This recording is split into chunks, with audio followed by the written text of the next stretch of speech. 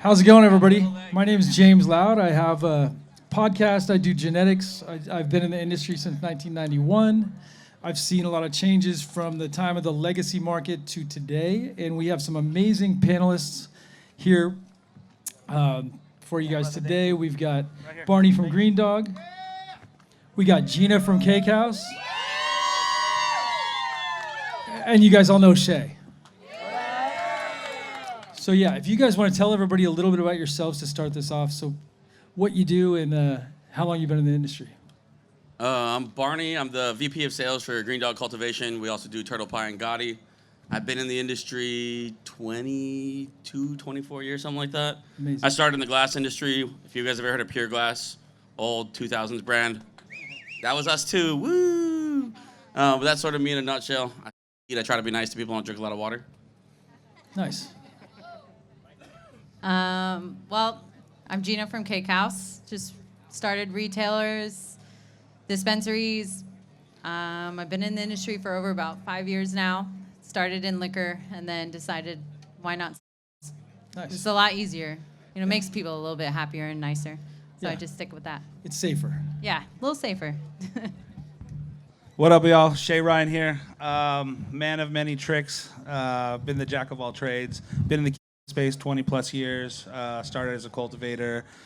Used to help a lot of cancer patients. Shout out to all the Prop 215 days and the guys that pioneered the industry before us.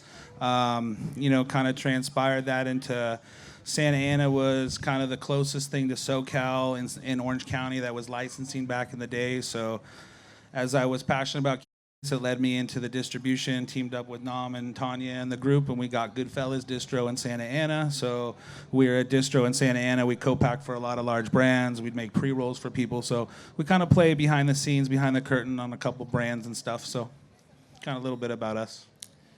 Okay, we're just going to go around with a quick question, one sentence answer. What do you guys see as the biggest current challenge in the brand and retailer dynamic? People. One word answer. I love it. The biggest challenge. I mean, I'm going to have to say it's the customers and people. The customers and people. You know what? It's trust. You got to build that. Yeah, and in California, I think we're an emerging market. I think there's a lot of instability going on. It's very unstable. Compared to even Colorado and Washington, I feel like we're less stable in many regards. And as we figure that out, I think it's going to be a lot easier. We're developing customer relationships. We're developing, I think there's a lot of issues with product being fresh and other things like that. Yeah. But now if we get into how do you establish trust between a distributor, a brand, and a dispensary, what would you guys? I would say time. Yeah.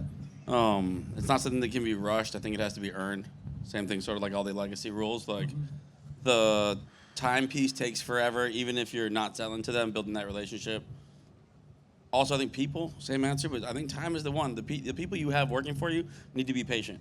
You need to understand that, like, for retailers, it's not easy for them to trust. There's a gajillion brands out there, and we need to figure out a way to really bridge that gap as fast as we can. But patience is huge. Like, everyone makes it seem like we're going to end the year and that'll be the end of the industry. Like, we got a lot of time still. Yeah. I'm going to say it's loyalty and respect because at the end of the day, the brand wants to get into every retail as they can.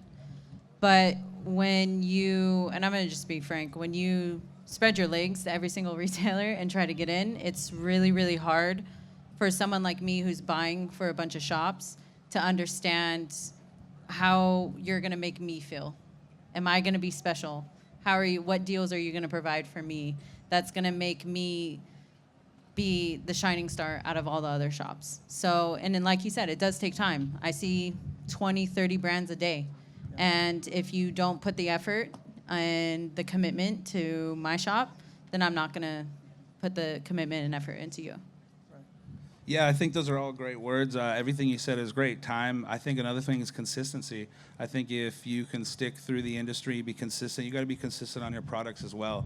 And if your products are consistent and you're consistent as a business person and a sales associate, salesperson, then that's going to transcend all the way through. And I think that's what we try to curate here with Network. Is I want the buyers to be here and I want their guards to be down. I want them to be open-minded. I started this industry when I would have to go pave the pavement, knock doors down, and they're sitting behind their desk watching me on a camera, and I have to come up with creative ways to get to them. All the buyers are here. Their guards are down. They're enjoying themselves. We curated a good vibe. So I think it's a consistency. If the brand's consistent with not only their sales, but their product line, I think consistency is what wins in this industry. Yeah, I think in life, consistency is so important. I mean, you look at successful businesses for sure. I would totally agree that consistency is everything. If you have a mediocre product but good marketing at a good price, you can still win if you're really consistent. So what does transparent communication look like in this business? We got to make Gina start at some point. Yeah. Transparency is key. You say you're going to do something, you better do it.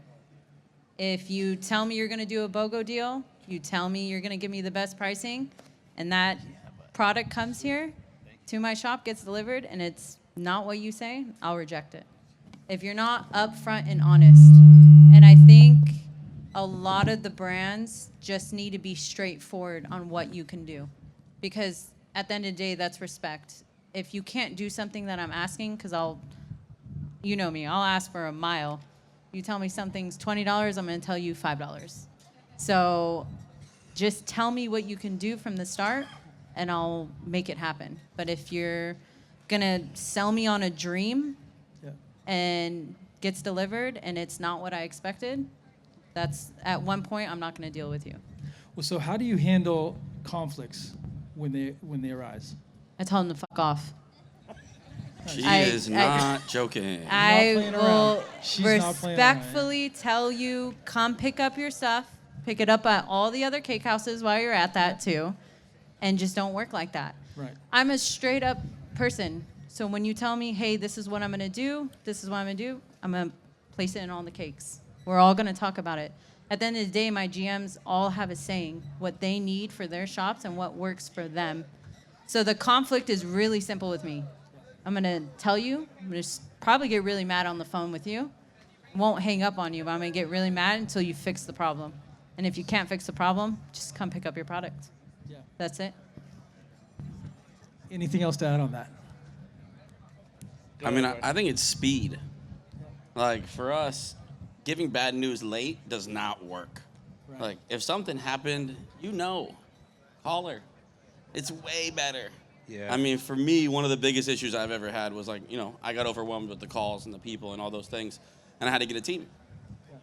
Like, for instance, I politely don't have to get yelled at by her. That's someone else's job. Shout out to my boy Jace. But like, I think it's really important that you have the confidence to go out there and really make sure you're telling the truth quickly. Like, you really got to go out there and just put it out there. Don't take your time. Get out there. Tell them, I'm sorry. This isn't going to get there. We failed testing. Whatever it is, go now. When it all comes back to communication. Yeah, integrity too. Just Integrity. Yeah, have a backbone. Like, you're only as good as your word, right? And I think that's like the key to my success in a lot of my businesses is that, look, I never really ask anything from anybody, so my word's as good as gold. Right. But if I ever had to, i.e., get a lot of buyers here, I ask them nicely, hey, pull up to my show. Got a great thing going. My word's good. Boom. So, like, for the brands, keep your word. And I think a lot of times, everybody wants to go hit that home run, right? And don't get me wrong, home runs are great. Everybody cheers, but those only happen so often. Like, just keep hitting base hits. Chip away. Like, it took me so many years to bake. Like, there's a brand here. Shout out to Pretty Dope, Chief and those guys, right? Little story. I'm a young buck. I'm just banging out shatter. I'm trying to knock down doors in the 15 days. I banged his door down so many times that he finally broke. Now me and him are like solid as solid can be. He's like, because my consistency, my drive, I showed to him that who I am, and I was a man of my word, and that shit's important. And I think these buyers see that. They'll see right through a BS salesman, right through him. So I think that's like I don't know, Gina, sound about right? I or- mean, like you said, if you're consistent, even though I might not want your brand, but you're showing up every single Monday to find out, even to the GMs. The GM's like, hey, that meeting's here again. That person showed up again. That rep's here again. Eventually, I'm going to take the meeting because to me, that shows effort. Yeah. You just keep coming to me every week. The rejection's real, but now you sparked my interest. Now I want to see it. And I'm not going to be brutal. If you're a small brand, it's okay to tell me, like he's saying, hey, I know we were going to have a delivery Tuesday. Testing didn't go well. I'm not going to put my foot in the door with my brand and look bad on your shelf. I would take that phone call and I would understand. Yeah. Because you're getting ahead of the problem. But Yep. if you Not passing the buck. exactly, you're not surpassing. You're not. Hopefully she's not there and her inventory team's gonna take it in and I slid through. And it's like, no, the inventory team's gonna call. The GMs know their shop. Like whether I'm at the shop or not, it's gonna happen. Even worse, like what if it actually gets out? Then your staff hates it. Then it's stuck. Then it's a 4-month problem that none of us know how to fix because it shouldn't have gotten there in the first place. Yeah. And then I'm calling you in 90 days. Your product's sitting on my shelf. It's getting old. No one's gonna buy it. Customers are not dumb anymore. And I mean that in all respect. They're getting smarter. They understand what testing is. They understand that the COAs on the label mean something. They'll look at package dates. Yeah. And that's why we, as Cake House, we have 90-day freshness rule. And even with our promo, if you're trying to offload old product to me, Yeah. you're the one who's That's the biggest biting disrespect. your own Yeah. foot on that because now the customer is going to try it.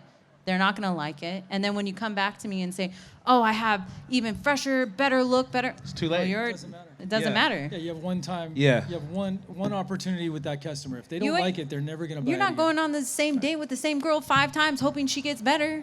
So why are you asking me to put your stuff back if it's not, no quality was there from the beginning? Yeah, that was I'm also- trying twice. Barney will try. No, but I tell brands all the time when they come through the distro too, like, hey, just have smaller just-in-time inventory. And they're like, why? I go, because you can check in on them weekly. You can check in on them every day. You can build your relationship. You can see that you show you care. Like, don't just slam them with a home run and dump, hey, I got a 10K order out of them. Is it going to move? The fuck's a 10K order going to do if it sits at Cake House? You might as well give them 2, 3, 4, 2K orders and just push them. So it's just like just-in-time inventory, and I feel like that helps brands build relationships with the buyers, the managers, the owners. They see you in their weekly. They think they know you care about your product. Hey, we got a new flavor. Maybe you do, maybe you don't. Just drop it on them. They'd be more willing to probably bring it in there because they see you care, you know? So I tell at our distro, I tell our people all the time, just-in-time inventory. Hit them up weekly, hit them up bi-weekly. Bring them some licorice bindles. Come by and say hi, get coffee. Just say hi. Check in on your product. Go look at the shelf. Make something up. Just be there and push that product through, you know? And the just-in-time inventory, I think, speaks on the freshness too, because that's a big deal for a lot of people now. Yeah, the freshness is it. And there's some reps out here right now, and there's brands that I work with that had to put up with me in the very, very beginning on a lot of stuff. And I did ask for a lot of things, and they always pulled through. Now they're able to just send me whatever order. I trust them enough that they know what our shops per county are going to sell. I don't have to look over their mock. If I don't need to look over it, I trust you enough. Just don't ruin that trust. So how important is data in shaping healthy partnerships and relationships? I think it's everything. Like, it's the leg we stand on. It's like the base to everything we do. I mean, you can't lie. Like, you want to be held to being a grown-up standard. Like, use the data. There's no way to hide it. There's nothing to deny. Like, if anything, the shops that scare me the most are the ones that won't send me my inventory, that won't tell me where we're at. Because, like, I would much rather have my feet to the fire than, like, find out afterwards that I'm burnt and I'm dead. So, like, it just seems much more logical. So, like, for me, data's everything. And it's not super complicated in our industry. It's not like we need multi-level data analysts from MIT. Like, last week's sales, 30 days sales, expected sales. Like, it's not too insane. Don't get me wrong, you can obviously make it much more multifaceted than that. But the basics, like, can't fake it. So what metrics matter most?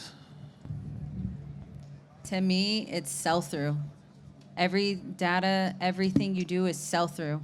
So if I have a product, like Barney's saying, that's sitting on the shelf and it's been on the shelf for 90 days, that report's already getting sent to him by the second month. If he's calling me or any other one of my reps are calling me saying, can I get the inventory, or calling the GMs per shop to get that inventory, that's because they need to see how fast it's going to sell. So when a brand comes to me, especially, oh, I looked on your weed maps. We all know how weed maps, sometimes the POS doesn't talk to weed maps great. Oh, I looked on that and you're completely out. Okay, it also took 120 days to sell that. So I'm not going to reorder it. So data and everything you put in place in each one of your shops only benefits the brand even more as it benefits the retailers, because the sell-through is the most important. And you know, you're not going to stock your shelf with everything that's going to sit there. Placements is money. Every placement I have in my shelf is money. Yeah. It's sitting money. And then when you want to sit there and knock on the shelves of retailers like, hey, I need that invoice paid. Cool. I sold 2 jars out of the pound you sent me. And you want payment. Like, okay, I want promo. You're going to push it. Have you sent a brand ambassador? Have you done all of this? So that data is really, really important because it solves a lot of conflict before it even starts. Well, this is what I'm sitting on. So he's not going to come to me, or Shea's not going to come to me and be like, okay, so it's not moving. And every demographic is different in every region. Yeah. If Cake House Corona is selling something off the wall, Cake House Encinitas sells a crap ton of gummies. Yeah, I don't sell a lot of gummies. It's all different. You That's know? why the data plays. Yeah, and our Wildemar shop goes through pretty much everything. And then you have Vista. It's a self-serve shop. We allow the customer to look at the product and let them pick it out. You don't need a bud tender to help you. We'll be there to help, and we'll be there to answer questions. But this is all data that is important to the brands, because I'm not going to pay an invoice that none of the product move and you've never checked in on me. I'll COD invoices all day long. I'm one in, one out, everything on that spectrum. But we have to hold each other accountable. If the product's not moving and you say, hey, you know what, I'm going to send that return it back, I'm going to go with fresher stuff. Cool. I'll pay you out. But that data is what's important. Sell through. I mean, that's really what keeps the ball rolling. You want to be one and done, or do you want to be sell through, right? And I think that's where the data plays. That's where the data helps. That's why you got to be on the pulse. You know, you got to be in with these stores. You got to be. That's why I say do the weekly thing, the twice weekly thing. Be in there, see what's working, see why it's working. Go talk to the bud tenders. Get in the mix as a brand. Like, do your PADs. Those are great, but you know, make your connections as well, because you know those bud tenders are the frontline workers, and they're out there and they have a big say. I don't know how many of you guys just sit around and listen to what people come in. They're like, oh, hey, I need a pre-roll. What do you want? Oh, what do you want? Oh, here, I'll take this. Okay, well, they don't even know what they want sometimes. They need the guidance. They need education. And sometimes, you know, if you look at all the data, you know, the sell-through is really what's important. And that's why we tell people just-in-time inventory. Go check in on it. Go give them more education. Go tell them about the newest stuff that's coming through the line. Hype them up, you know? So for smaller brands, how can they use data or storytelling to get shelf space? How do you tell your story? I mean, for myself, I think it's honesty. I mean, it helps if you've been doing this for a really long time. Like, we've been doing this for, 10, 15 years. Like, I've been doing it for 20. Like, it's easier when you have stories to tell. If you have to manufacture a story because you're a brand that was created in a lab of smart people, then, like, it might be a little harder to tell that story because, like, you don't actually have any. So for us, I think it's more telling that story to different generations, telling that story on why it's important, telling that story in, short-form content that people can consume.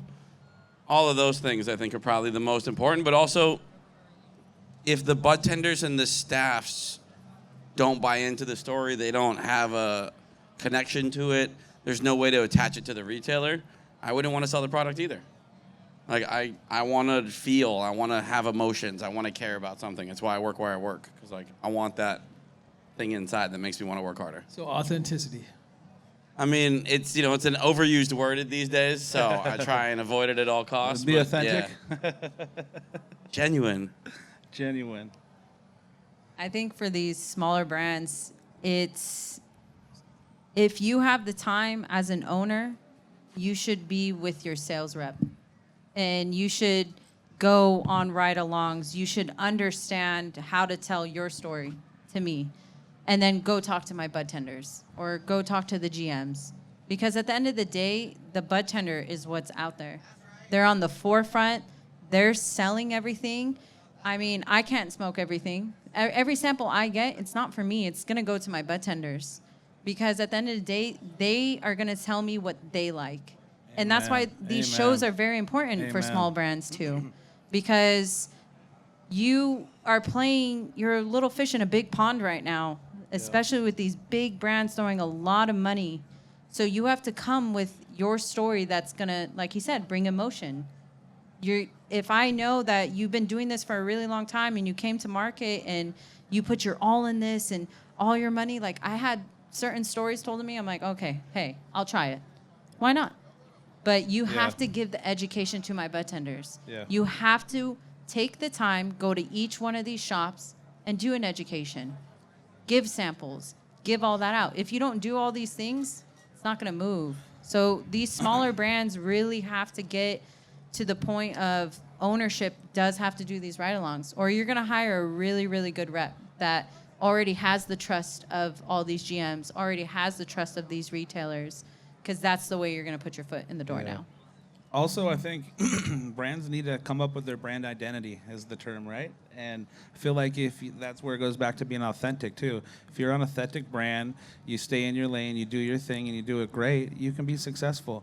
And I feel like that's like our industry platforms changed a lot. I grew up on a handshake basis. We didn't talk over the cell phone on a lot of things, And this industry grows up on social media, Instagram, selling things online, and I just can't stomach that. My whole career, I never wanted to jeopardize anything to be that, So, you're battling with a different, platform, I guess you can say it. Our legal rec marketplace is a lot different. So when we come from the old school mentality, you got to kind of mold. And I see a lot of these guys. I had family up in the hills as well, and they come down in the city. They don't know what to do sometimes. So there's a lot of that in the brands too. If you see that, a lot of they need it, and that's good brand identity as well. If that's what they want for their brand, then that's what they want for their brand. But being original, authentic, and having a brand identity is that's how you become successful. So what are some good examples of successful marketing between brands and dispensaries? Well, it's really the BOGO deals. That's really good marketing too. And you have to find the good fine line of not being a BOGO brand, and you know that. Yeah. Also, billboards, advertisement, whether we're doing a mailer, you want to be on that mailer, put money towards that. It's really about your product finding its way on a shelf, especially in stores like us that carry over 2,000 SKUs. Gina, can you talk about like on-site displays and stuff? Like that's kind of been a big thing over the last couple years, the right? smell jars? No, brands coming in and building their own display within Building your displays, that helps. So like for our shops that are shoppable, we have each brand do a wall wrap that represents them. And then when you get shops like me in Wildemar where everything's behind the counter, it's really hard to build that and do that marketing, but we allow like wall wraps, how you want to do that. I also think too, if you get the bud tenders your clothing and they're wearing the shirt, that also helps the customer. Be like, oh, have you tried that brand? And then it sparks a topic to talk about. And there's a lot of marketing. There's like billboards, there's the mailers, there's weed maps. Also, we do a different way at Cake House. We do a lot of big percentages to give back to the customer. And I think a lot of the times that right there helps the customer. But on the brand side, the argument is, I don't want to be a BOGO brand. I don't want to be a discount brand. So how you hold that integrity is really hard too. Because right now in this economy, everyone's on a budget. And it's really, really hard. So for me, it's whatever your team comes up with and it works for Cake House or any other dispensary, run it. Don't overthink it. Just run it. If it costs you a little bit that month, but the return of my order covers that, then you didn't lose out. So it's really just finding that balance. Yeah, I see a lot of brands, kind of doing the collabs with the retailers, and A lot of older style was, behind the counter style, and a lot of new stuff is becoming self-serve, kind of like it's, our business models are getting more mature, I guess we can say, and almost like the iPhone dispensary look or like the barista look, and so I see a lot of brands collabing on like their own displays out, wraps on windows on the outside of the dispensary, and so I see a lot of marketing collaborating there, a lot of collabs going on that side of things. Yeah, I mean, I think it'd be, like multi-level marketing for me. Like touches are sort of what we track, like on our team. Like it's why you do a network show and Nothing But Fire. You get these touches at different opportunities at different places. Same thing with, outside branding, going to events, going to parties, showing up to the stores. As many ways we can get our brand on eyes, we're happy. Whatever it takes, if it's us dropping in, if it's goodies, if it's snacks, if it's Instagram, YouTube, making social media content, having creator friends, like joining all these different things, it all matters. That it truly does matter. So if I'm carrying a limited drop, you're gonna throw me on your Instagram. You can find this drop at, and you put the list out on where it's at. Right. That's important too, because that customer is not just following my page; it's following the brand's page. Right. Same thing if we have grand openings, event, cancer walks. We do a lot of stuff with our community. If I call one of these brands and I'm like, hey, do you want to sponsor the water? Do you want to sponsor the food? Do you want? And they're all willing to do it. That just puts eyes on your brand. It's not just about me throwing the event. It's what brands can collab together to make this event happen. Nice. So what is the biggest mistake you guys see with brands when they scale distribution? Too big, too fast? Same thing, just, they want to triple sales without doubling labor. If you can't, back up what you say, it doesn't matter. It's all irrelevant. So, I mean, I think that's the biggest piece. It's like if you're going to claim you're going to do something, you better do it. And if you triple your sales, you're going to need more help. You're going to need more support, and you got to plan ahead for that. Otherwise, you're just like wishing. I hope nobody has any problems. This will be great if there's no issues. Yeah. If wishes were fishes, we'd live at the beach. Yeah. We at the beach, baby. I think when you scale your brand really high up really fast and you don't take care of the people that carried you when you weren't that big, that's a problem I see some brands do. Not all brands, because if I put you in my shop and it got you awareness with other shops, and now you're in all these other ones, my order just went from 15,000 a month down to 8. And then you're calling me, well, what happened? Well, you decided to put it everywhere.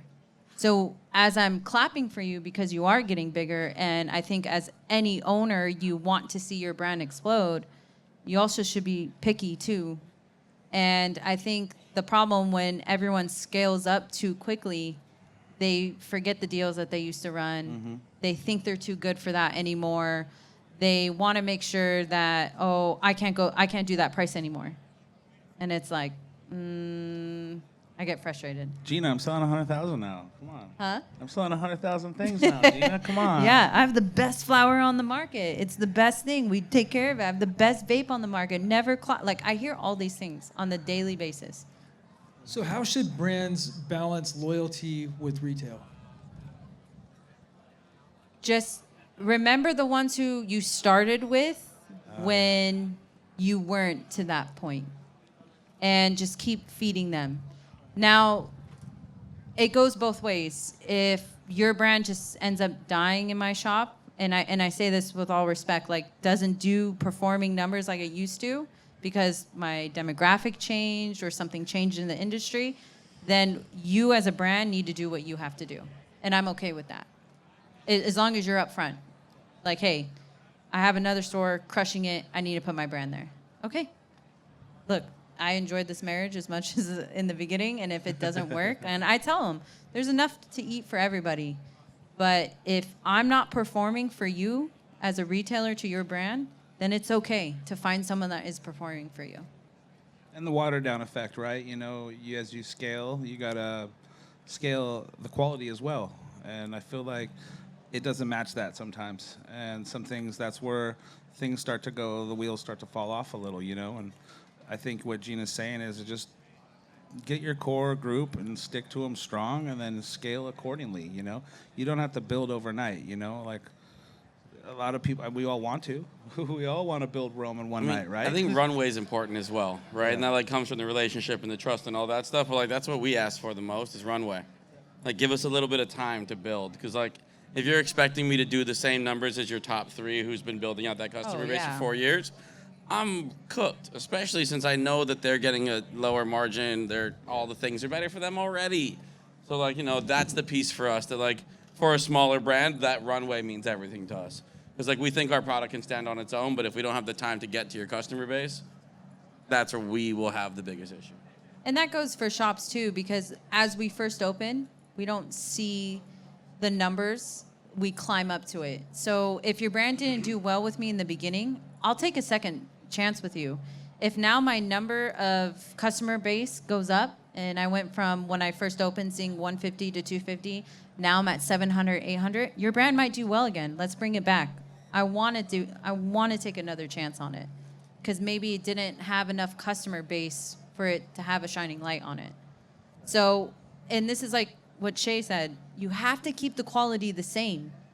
If you start getting bad quality stuff, Oh, we can go up too. That's okay. yeah, you can keep, I mean, if you want to source better flour and all that and the quality's killing it, Right. great. But if you start cutting corners, the customer is going to stop buying your stuff. It's not And me. the day you stop taking feedback's the day you die, right? Exactly. You know, I think at the end of the day, you know, I have really good friends that are here that are managers of the store still, and like, they give me some of the best feedback by R&D with them all the time, you know, and it's okay to R&D. Like, you can be like, yo, try this flavor out. It's something I'm running. You like it? Give me your honest feedback, you know?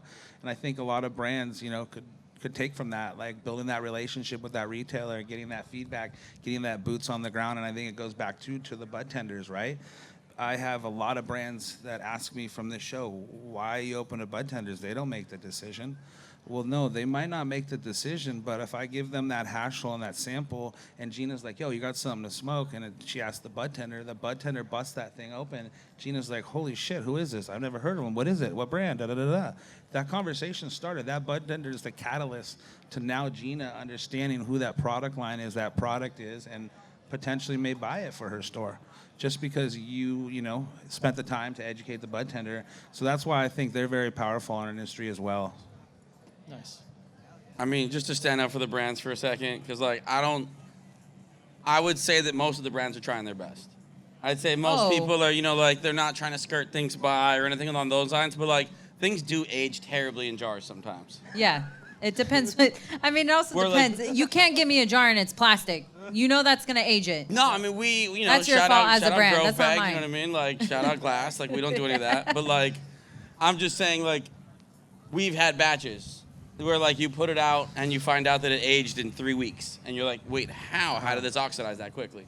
And like that's where the relationship with the staff matters. They start reaching out to us. You start reaching out, and like we have the opportunity to pull that. Yeah. And like that comes off the shelf before we get a bad reputation anywhere. And like, if that gets sold, that's a whole different goose chase you have to go down, where you've lost customers for X number of years. But that goes by what Shea's saying, that as a rep, you should check in on your shop. You should stop in. And look, you can't be in every shop all the time, every single week. And I know as someone who rarely answers her phone sometimes, and I'll fully admit that, you know, at the end of the day, you can get a hold of the shop. You can go inside the shop. You can see if your flower is not right. Or, hey, you know, the placement, I don't think this placement where my flower is going to be is going to sell. Is there any way we can move it? Like, all these talks can happen. Yeah. And I do agree. I have to be on the brand side a little bit. Sometimes as an owner, I put my foot in their shoes too. I'm like, okay, let me switch things up for you. Let me figure out. How about if we drop the price maybe $1 or $2, and we'll see if that margin moves it. I'll eat 10%. Let me put 10% sales on. Let me see if that can trigger it to move a certain way. And if it does, and you're happy and I'm happy, then we have a new price point. We have a new look for it, and then we can go from there. I'd also say, like, you know, there's 2 ways to do this. There's 1,000 ways to do this. Because, like, my 2 sales directors are polar opposites. Like, one is obsessed with going into the stores. One is the cracking of the keyboard. Yeah, the Kraken. It needs both, though.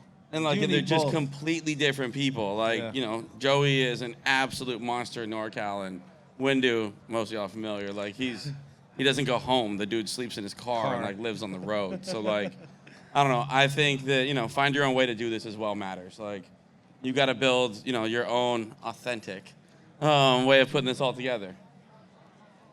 And again, that goes to hiring the rep that has the trust with that store already. Hey, if you want to talk to someone who is about supporting veteran reps who have been doing this for a long time, 100%. I am 1,000% the person to vote for that, because like this stuff is not easy. For the reps that have been out there, like your cars are beaten, you've crashed cars, you've lost insurance, jobs, families, wives, husbands. This stuff ain't fun out there. So like, 100%. I'll even get crying. Don't make me do it. Yeah, no, I love this stuff, but it's hard. Yeah. It's very hard. is This hard. industry right now is hard, and I think, like I've said, I've seen 2 brands go out of business, 5 more coming in, and I think if you don't keep yourself authentic and understanding, like I never want to see any of these people go out of business, especially if I've already carried you in my shop and you're doing well. It hurts me as an owner because I know how much blood, sweat, and tears you put in that, millions of dollars you put into this. I don't even like when I see shops close because it's really sad. At the end of Yeah. the day, like, okay, maybe my business goes up, but at the end of the day, it's sad because one, the rep's not getting commission from that. The brand's not being, maybe I jump up in my sales, but I just already know what that owner put into that shop, millions and millions of dollars. And let's remember, like it's all a plant, you know. Like we all been doing this from way back in the day. Super and- finicky. Like, you're not going to know what it's going to do. But what I'm saying too is that like our legacy, you know, like we've been, you know, the laws are changing, and we should see them change for the better and positive, and we should be moving as a community. This industry was such a community years ago when we'd rally 215 days, high times, events, all kinds of stuff, right? And I want to see that community come back. I want to see people rallying community back because, look, me and Turtle over here are fucking dying breed, you know? And we can hold on as long as we can, but you're going to dry us up, you know? And I think it's important for the new culture to know that there's people like us that are still holding our placeholders and our legacy here. And that's like a big reason for the network show, is to stamp our legacy in this industry because we are the culture. We have put blood, sweat, tears, millions of dollars, our whole life, relationships, families, hardships, prison, everything. And I think let's not forget where the fuck we came from. Yeah, it's legal, but And I see Before with it was the hard legal, you know? times that we're going back to community, because I feel like with legalization, we lost a lot of that community vibe and that community energy. But because the market has taken such a hit, I see a lot of collaborations going on. I see big companies working together. I see big companies working with smaller companies, and not just like on the retail side or on the other side, but I'm talking about like even with nutrient companies working with cocoa companies and everybody kind of working together. Podcasts, guys sponsor my podcast, you know. So I feel that community coming back, and so that dives into the next question: is how do you see this evolving over the next 5 years with the relationships with the brands and the retail? I think the relationships have to get deeper. I mean, I think we have to get, way, way deeper on the collabs, way better on how we're all going to grow together. Because, like, for a lot of us, we've been together for 10 years. We're going to be together for another 10 years. And how do I make sure that when I'm dropping in New Jersey, at some point, am I selling to a cake house? Like, what does that look like? What does it look like when we're all in Berlin? What does it look like when we're all in Barcelona? What does it look like we're in Seoul? What does it look like we're in Tokyo? What does it look like we're in Hawaii? I don't know. Me and Shea have separate dreams for Hawaii, but like, I mean, I think that's the big thing, is we really need to figure out that like we are a small community still. It's still really early, and as long as we can stop, I don't want to say fighting because that's kind of fun to watch. I would say like trying to hurt each other's businesses. I think we have a really bright future. And I think the more we can dig into this and the deeper we can go rather than the wider we can go, the better we'll all do. Amen. And that's why I think shows like Network kind of pave those ways, you know? I think we need to get more intimate. We need to be more present. You know, I beat myself up all the time. I try to stay up to social media. and I got a 5-year-old, and I come home, and I'm like trying to catch up. I got to realize, dude, don't pass up that 5-year-old's life. He's 5 once. Who the heck cares about your Instagram post? Like, out the door. Like, throw the phone in the box when you get home, because you got to be present. And I feel like when you come to these shows, buyers and owners are present. And that's the guard that I say that's down, is that they're here, they'll listen to you, they'll take your word. Gina doesn't have to answer her phone, she's here. Come talk to her. So shows like that, I feel like, or shows like this that are gonna help supply those environments and curate those vibes to be able to accomplish those dreams, you know? Yeah, and this is much more of a community vibe. This show is really about the community. I love this show. I mean, the energy here has been really great. Thank you. So yeah, and over the next 5 years, I can see this evolving into a much bigger thing. Absolutely, and that's the goal, and build the community from within. I think in the next 5 years, I hope, every day I'm at any of our shops, we just worry about today. We worry about how much we got to do for the month, what we have to brainstorm to keep all our doors open. And I think for me, it's more just what new brands I have to stay on top of, what shows I need to go to, like Network, so that way I can make sure I'm on top of whatever's coming out next. So for me, it's being present at every event, making sure I'm out there, making sure I'm reading everything, what laws are changing, because those laws change all the time for us retailers. Packaging. So I need to stay on top of it in order to make sure my doors stay open at all times. Amen. Well, with so many events, how do you pick and choose which events to go to? I pick and choose. One, everyone kind of knows, most of people, like, I'm not really an event person. Right. I will go to Network because I know the relationship I have with Shea, the relationship I have with Nam, and then I know the tight relationship they have with all these brands. So I know at shows like this, I get to meet the owner. I can talk to the rep. I can see what brands are coming out. Shows like Hall of Flowers, it's very overwhelming, but I have to go to that as well because it's seeing what's out there as well. But how I pick and choose is really kind of what's worth the time for me to leave the shop to better my business. And I gotta see who's going to it, and I gotta already prepare in my head who I'm gonna talk to when I go to it. I go to pretty much every event. It's sort of what I get paid to do. It's like my job. But the way I pick which events we invest into is the people. The 4 names that I would put with the Network show are people that I'd bet on, forever. I've worked with Wayne for as many years on any event that he'll touch for the rest of his life. Mikey from Nothing But Fire is an absolute monster.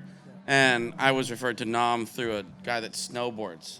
The way that this all adds up never maths, but I think the people is the biggest piece, right? Like how I got into Hall of Flowers was through Lincoln back in the day. Like it's always different. It's Shout out Rama now. Yeah. Everything's different. So for me, I think the more events that grow and the bigger events like this can get, the better.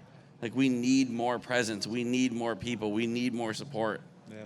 I know with this event, especially with Network, I think 1, 2 also goes back to what's in my wheelhouse to go to. I'm not gonna go all the way up north to go to a show.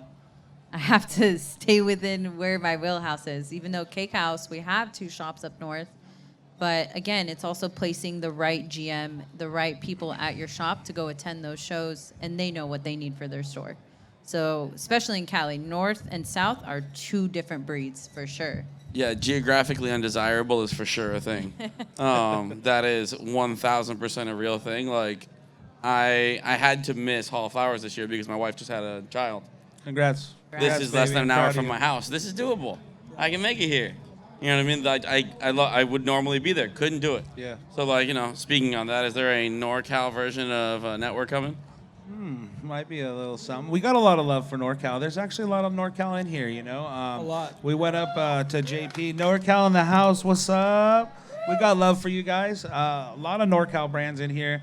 And that was the thing. I went up to go talk with JP and the boys because I got love for NorCal. A lot of brands from up there come in here.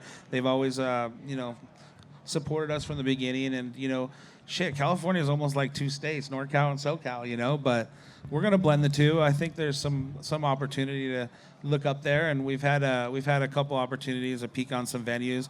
You know, where we've gotten the business now, it's a tough position. It's a very blessing to be able to scale and grow to where we are, but there's only so many venues. There's only so many spaces. There's only so many places and ballparks I can play in, you know, unless we're going to do it more intimate, maybe do a mixer. Maybe we do a smaller event up there because, you know, right now I got to go hunt for a venue, and you know how that goes. And We got there's a lot of venues. details, We you got know. venues for sure. Yeah, there's and you some know, good venues. shout out to my team. You know, everybody behind the scenes at Network. I gotta just give it out to everybody. I love you all. Everybody works unconditionally. We're all a family. You know, my partners are amazing, and shout out to every one of them. A lot of them don't like to be out in the open. You know, Nam doesn't like to be out here on the face. You know, so that's me, and he's an amazing dude. His wife Tanya. You know, they're all good people. They really help us out to get the permit, the licensing, the venues. There's just so many details that you don't really foresee. You just see me up here, dance monkey dance, you know? So at the end of the day, it's all my team. Shout out to my team. It's a lot of us moving pieces. So kudos to everybody. Yeah, I mean, we appreciate it. We're a NorCal brand. We've never missed 1 year. Thank you, brother. Don't plan to. Love you. So on my podcast, I usually end the podcast by asking if you had one piece of advice for your younger self, what would that be? What would that be for new brands that are looking to come into the California market? Just do it. Just not like Nike. Just do it. Just do it. Why are you overthinking it? Just do it. What's the worst thing you're going to do? Fail and go back to what you know already? Okay, say if my retail shops didn't do well. Okay, just go back to owning liquor stores. Like, it's just do it. If you beat yourself up because you didn't do it, that regret will eat you alive more than anything. So you just got to step in the zone. You have to do it and go full force. Don't half-ass it.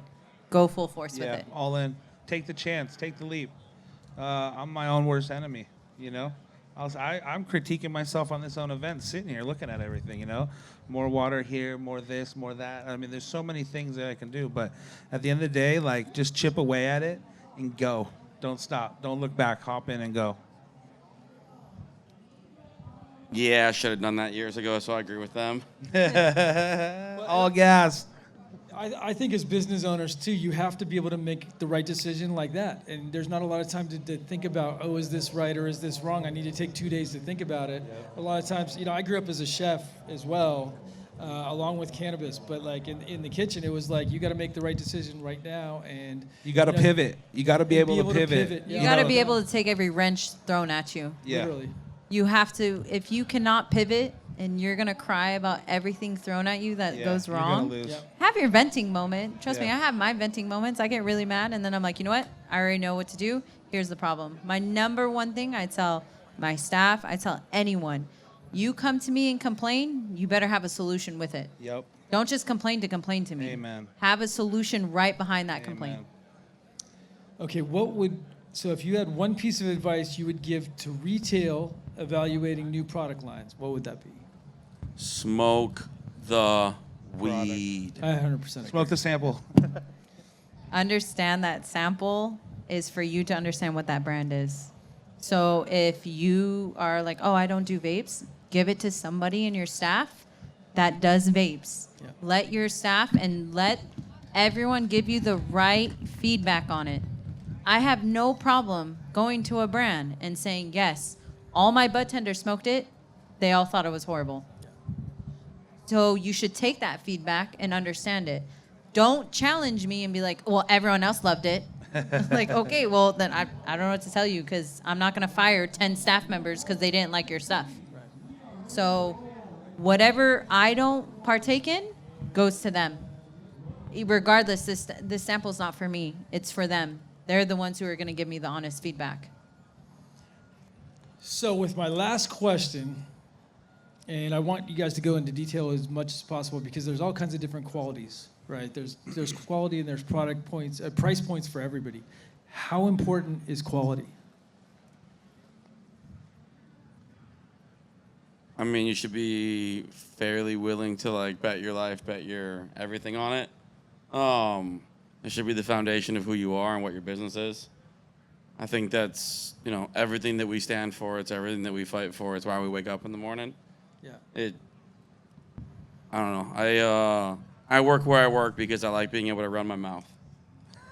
So like you got to be able to stand on that foundation if you can. So like, I can confidently look at pretty much everything and be like, yeah, my weed is pretty good. And like I won't ever tell somebody we have the best weed in the world. Like I let, everybody else decide. Everybody's different. But like, Same. we try hard enough. For sure. Our facility's clean enough. So like for me, like that's it. Amen. Quality will speak for itself. Yeah. End of story. Quality will speak for itself. If you back up what your brand is putting out there as quality, the returns will happen naturally. So again, you cut corners, that's on you. But when you put out quality, there's no argument. Simple. Yeah, she's right. The product should speak for itself.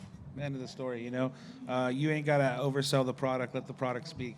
There was a bunch of brands here that I was like, yo, really simple marketing, very easy, straight to the point, but their product's fire. Like, they literally just had a banner, and that was it, But their product speaks for the point. That's quality. And that's what you're looking for. That's what you want. That's boutique. Yeah, and I look at everything that I do as an extension of myself. So for me, quality is the most important thing, maintaining the highest standards, trying to do better every day with everything that we do. We're constantly doing R&D.